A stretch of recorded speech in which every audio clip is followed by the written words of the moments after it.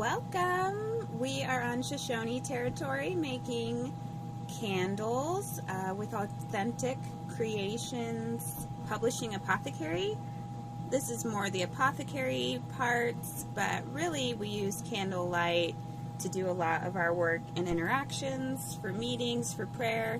These are pre-purchased candles, like glassware made for candles, but anything can be used really that is like a strong glass and has a wider mouth, because you want this flame to be able to go all the way down. If it's too hot, it can break the glass,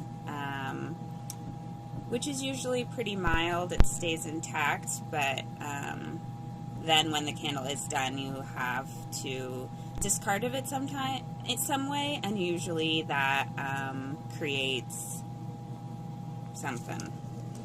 It can shatter more in the recycling. So this is a hemp wick that we actually purchased from Nature's Garden, kind of a new company. This is my first order, but 100 hemp wicks, some amount of money, pre-soaked in wax. They come with a little metal piece at the bottom. I put a little wax in here already because I was burning a candle earlier. This is Dust to Onyx, a melanated tarot deck, at least the box. I think the person who makes that is named Courtney.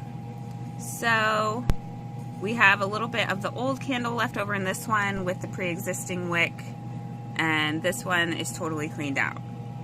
And I'm planning to cut this after the whole process is done and utilize this top half, put another metal base on it. So I dip the base, the metal base, in some hot wax and then put it down there, and then you see, well, you can witness that the wick will hold itself up with that base tucked in, and then the melting hardens, wick staying. So with some examples, we'll go through the process.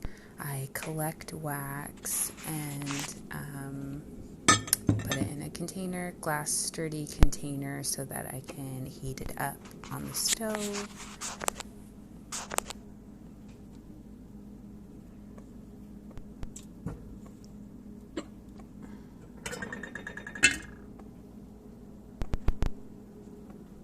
You can separate the colors. I just do all the colors together, and when it cools, kind of cutting it off the candle or from the glass candle and putting it in this bag. And then when I'm ready to do the process, I put it all in here and we're ready to go. So also with this, I usually reuse, like I showed you in the beginning, glassware.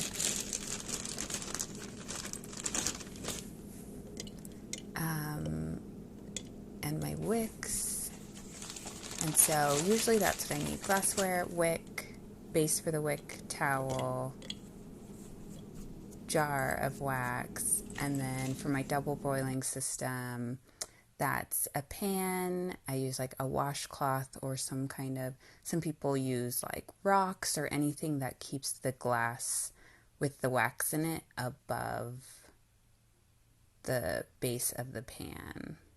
So I have that orange cloth. I put my wax right on top of there.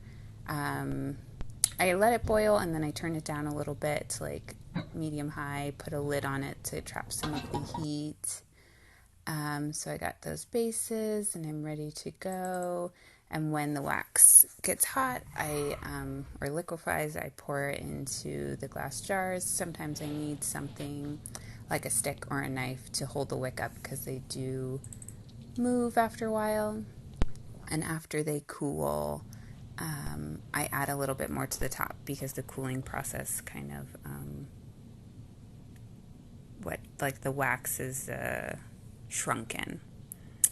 Oh, thank you so much. And this process is totally available to anyone with these materials. It's a fairly simple process, and I notice a lot of like paraffin wax It just doesn't get used up when you use a candle, so this way you can reuse it. I also get soy-based beeswax and make my own candles.